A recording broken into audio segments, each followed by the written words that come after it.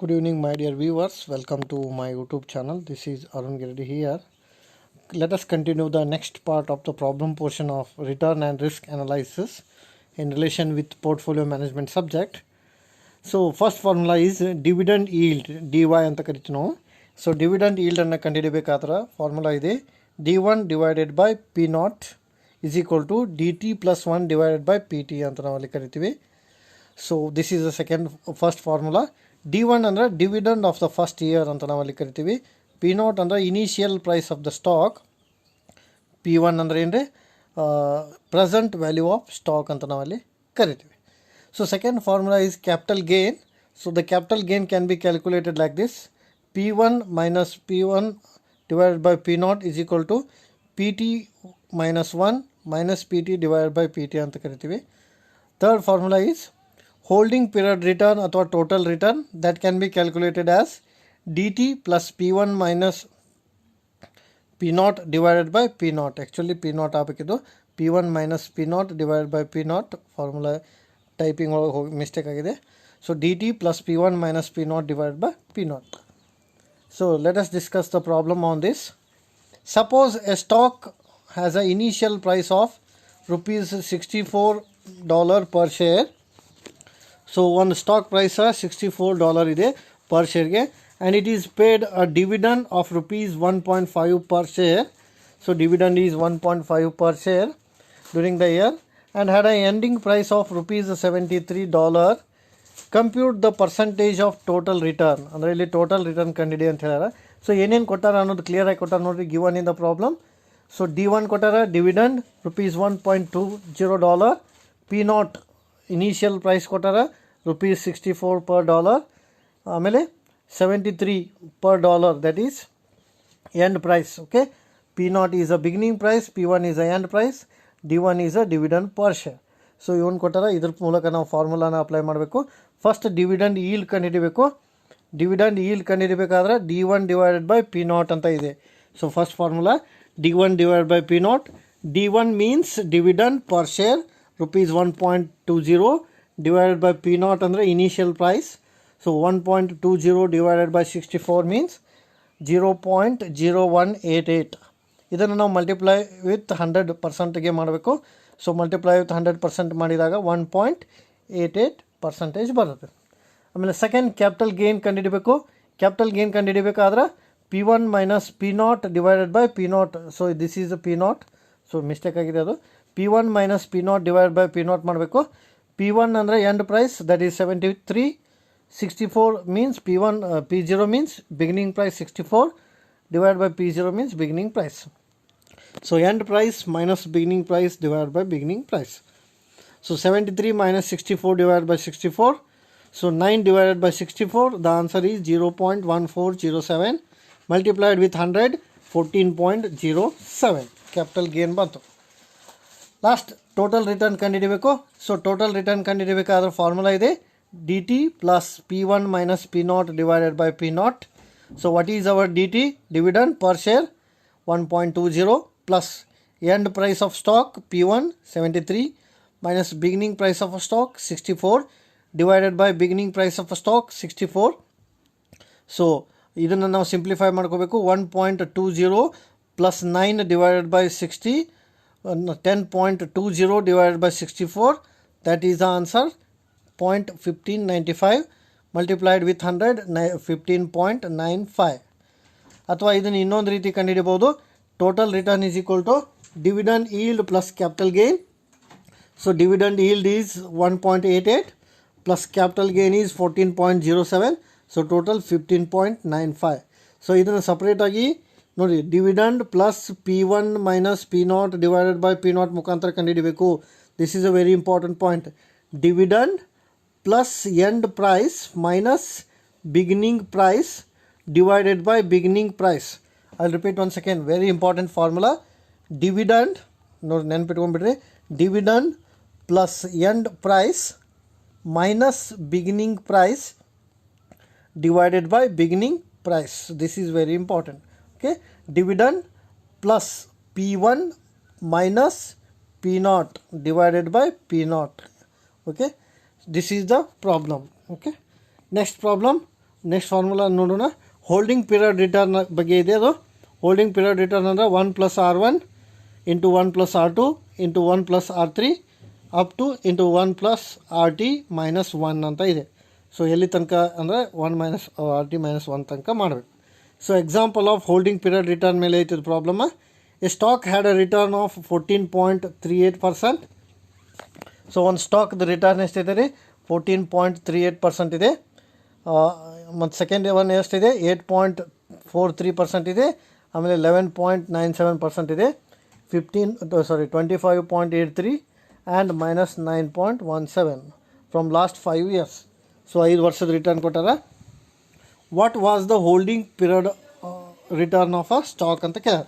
So holding period return ಎಷ್ಟಿದೆ ಅಂತ ಕೇಳ್ಯಾರ ಸ್ಟಾಕ್ದು. ಸೊ ಹೋಲ್ಡಿಂಗ್ ಪೀರಿಯಡ್ ರಿಟರ್ನ್ ಕಂಡು ಹಿಡಿಬೇಕಾದ್ರೆ there is a direct formula is there. 1 + R1 into 1 + R2 into 1 + R3 up to 1 + RT into -1 ತನಕ ಮಾಡಬೇಕು. ಸೊ ಅದ್ರ ಪ್ರಕಾರ ನಾವು ಅಪ್ಲೈ ಮಾಡಿದ್ರೆ here we can usually get 1 + R1 return ಅಂದರೆ 14.38 ಅಂದರೆ 1ಗೆ ಕಂಪೇರ್ ಮಾಡಿದಾಗ 0.1438 ಆಗ್ತದೆ. ಆಮೇಲೆ ಎರಡನೇದು ಇಂಟು 1 + 8.43 ಅಂದರೆ 0.843 ಆಗ್ತೈತಿ. ಆಮೇಲೆ ಮೂರನೇದು 11.97 ಅಂದರೆ 0.1197 ಆಗ್ತದೆ. ಆಮೇಲೆ ಮೂರನೇದು ಎಷ್ಟಿದೆ ಅದು? 25.83 ಅಂದರೆ 0.2583 ಆಗುತ್ತೆ. ಆಮೇಲೆ -9.7 ಅಂದರೆ -0.917. ಸೊ ಇದನ್ನು ಟೋಟಲ್ ಬ್ರ್ಯಾಕೆಟ್ ಕಂಪ್ಲೀಟ್ ಮಾಡಿ -1 ಮಾಡಬೇಕು. ಸೊ ಈಗ ಒಂದೇದು 1 + 0.1438 into +1 + 0.843 plus 1 + 0.1197 plus 1 into 1 + 0.2583 into 1 + -0.917 ಇದಷ್ಟು ಮಾಡಿದಾಗ ಏನು ಆನ್ಸರ್ ಬರ್ತೈತಪ್ಪ ಅಂದ್ರೆ 1.587 ಬರ್ತೈತೆ ಆನ್ಸರ್. ಸೊ 1.587 ಒಳಗೆ ಏನನ್ನ ಮೈನಸ್ ಮಾಡ್ಬೇಕು ರೀ? -1 ಮಾಡ್ಬೇಕು. ಸೊ 1.587 ಒಳಗೆ -1 ಮಾಡಿದಾಗ ಎಷ್ಟು ಬಂತು ರೀ? 58.70. That is called as a holding period return. So holding period return ಎಷ್ಟು ಬಂತು ರೀ? 58.70 ಬಂತು. ಸೊ ಈ ಫಾರ್ಮುಲಾ ಮುಖಾಂತರ ನಾವೇನು ಕಂಡುಹಿಡಿಬೋದು ರೀ? ಹೋಲ್ಡಿಂಗ್ ಪೀರಿಯಡ್ ರಿಟರ್ನ್ ಎಷ್ಟಿದೆ ಅಂತ ನಾವು ಕಂಡುಹಿಡಿಬೋದು. So this is the fourth formula. So ಹೆಂಗೆ ಕಂಡುಹಿಡಿಬೇಕು ರೀ? 1 + R1 into 1 + R2 into 1 + R3 up to -1 ತನಕ ಬಿಡಿಸ್ಬೇಕು. Let us discuss the fifth formula, expected return. This is a popular formula. Expected return ಅಂದರೆ PI ಇಂಟು RI ಅಂತ ನಾವಲ್ಲಿ ಕರಿತೀವಿ. PI means probability, RI means return. ಅಂದರೆ ಇದು with probability formula. That is summation PI into RI. Expected return is equal to summation PI into RI with probability. Expected return formula number 6, without probability summation RI divided by n ಅಂತ ಬಿಡಿಸ್ಬೇಕು. So take for an example, quarter ಕೊಟ್ಟರ Q1, Q2, Q3 up to Q4. probability is given, return is given, return of B is given. ಅಂದರೆ ಎರಡು stock return ಕೊಟ್ಟರ. ಅದ್ರ ಮುಖಾಂತರ ಏನು ಕಂಡುಹಿಡಬೇಕು ರೀ? Expected return with probability and without probability ಅಂತ ಇವೆರಡು formula ಹಚ್ಚಿ ನಾವು ಬಿಡಿಸ್ಬೇಕು. With probability and without probability. So with probability without probability ಅಂದ್ರೆ ನೋಡ್ರಿ ಇಲ್ಲಿ RI ಇಂಟು PI ಮಾಡ್ಕೋಬೇಕು ಅಥವಾ RI ಡಿವೈಡ್ ಬೈ n ಮಾಡಬೇಕು. ಎರಡು ಬಿಡಿಸೋಣ ನಾವು answer. Let us discuss the answer. Yes, expected return without probability. First without probability ತೊಗೋಬೇಕಾದಾಗ without probability expected return is equal to summation R divided by n ಅಂತ ಐತಿ. Summation ಅಂದರೆ ಕೂಡಿಸ್ಕೋಬೇಕು ಅಂತ, add ಮಾಡಬೇಕು ಅಂತ. So summation RI divided by n. Summation RI ಅಂದರೆ ಅಷ್ಟು ಕೂಡಿಸ್ಬೇಕು. ನೋಡಿರಿ ಇಲ್ಲಿ ಎಕ್ಸ್ಪೆಕ್ಟೆಡ್ ರಿಟರ್ನ್ ಎಷ್ಟು ಅದಾವ ನೋಡಿರಿ ಇಲ್ಲಿ. ಮೊದಲೇದು 11% ಐತಿ, ಎರಡನೇದು -8% ಅದ, ಮೂರನೇದು 5% ಅದ, ನಾಲ್ಕನೇದು 15% ಇದೆ. ನೋಡಿರಿ ಇಲ್ಲಿ ನಾಲ್ಕು ಕೂಡ್ಸ್ಯಾರವರು 11%, -8%, 5%, 15%. ಸೊ ಡಿವೈಡೆಡ್ ಬೈ n ಅಂದರೆ 5, ನಂಬರ್ ಆಫ್ ಇಯರ್ಸ್ 5. ಸೊ ಅಷ್ಟು ಕೂಡಿಸಿದಾಗ ಎಷ್ಟು ಬರ್ತದೆ? ಡಿವೈಡೆಡ್ ಬೈ 4 ಮಾಡಿದ್ರೆ 5.75%. ಇದು return of a security. Return of B security ಹಾಗೆ ಮಾಡಬೇಕು. Summation R divided by n. Summation R ಅಂದರೆ ನೋಡ್ರಿ ಇಲ್ಲಿ 9%, -7%, 5%, 17%. ಸೊ ಅಷ್ಟನ್ನು ಕೂಡಿಸ್ಬೇಕು. ನೋಡ್ರಿ ಇಲ್ಲಿ 9%, -7%, 5%, 17. ಸೊ ಅಷ್ಟು ಕೂಡಿಸಿ ಡಿವೈಡೆಡ್ ಬೈ n 4 ಮಾಡಿದಾಗ ಎಷ್ಟು ಬಂತು ಆನ್ಸರ? 6% ಈಸ್ ದ ಆನ್ಸರ್. ಸೊ ಈಗ ನಾವು ಏನು ಮಾಡಬೇಕ್ರಿ, expected return of A B ಆಯಿತು. ಎಕ್ಸ್ಪೆಕ್ಟೆಡ್ ರಿಟರ್ನ್ ಎ ಬಿ ಆದಮೇಲೆ ಎಕ್ಸ್ಪೆಕ್ಟೆಡ್ ರಿಟರ್ನ್ ವಿತ್ ಪ್ರೊಬೆಬಿಲಿಟಿ ಮಾಡಬೇಕು. ಈಗ ವಿದೌಟ್ ಪ್ರೊಬೆಬಿಲಿಟಿ ಆಯಿತು. ನೆಕ್ಸ್ಟ್ ವಿತ್ ಪ್ರೊಬೆಬಿಲಿಟಿ ಮಾಡಬೇಕಾದ್ರಾಗ so we have to take the formula. ನೋಡಿರಿ, ವಿತ್ ಪ್ರೊಬೆಬಿಲಿಟಿ ಅಂದರೆ ಏನು ಮಾಡಬೇಕು ಅಂದರೆ just simple expected return is equal to R I into P I ಮಾಡಬೇಕು. ಆರ್ ಐ ಅಂದರೆ ರಿಟರ್ನ್ ಇಂಟು ಪ್ರೊಬೆಬಿಲಿಟಿನ ಮಾಡಬೇಕು. ಸೊ ರಿಟರ್ನ್ ಇಂಟು ಪ್ರೊಬೆಬಿಲಿಟಿ ಅಂದರೆ ನೋಡಿರಿ, ಇಲ್ಲಿ ಕೊಟ್ಟದ್ದು ಆನ್ಸರ್ ತೊಗೊಳ್ಳೋಣ. 0.20 ಇಂಟು 11%. ಇದು ಹೆಂಗೆ ಬಂತು ಅಂತ ನೋಡೋಣ. 0.20 ನೋಡಿರಿ, ಜಸ್ಟ್ ಹೆಂಗೆ ಮಾಡ್ಕೊತ ಹೋಗ್ಬೇಕಂದ್ರೆ 20% ಅಂದರೆ ಎಷ್ಟು? 0.20. So what is the calculation?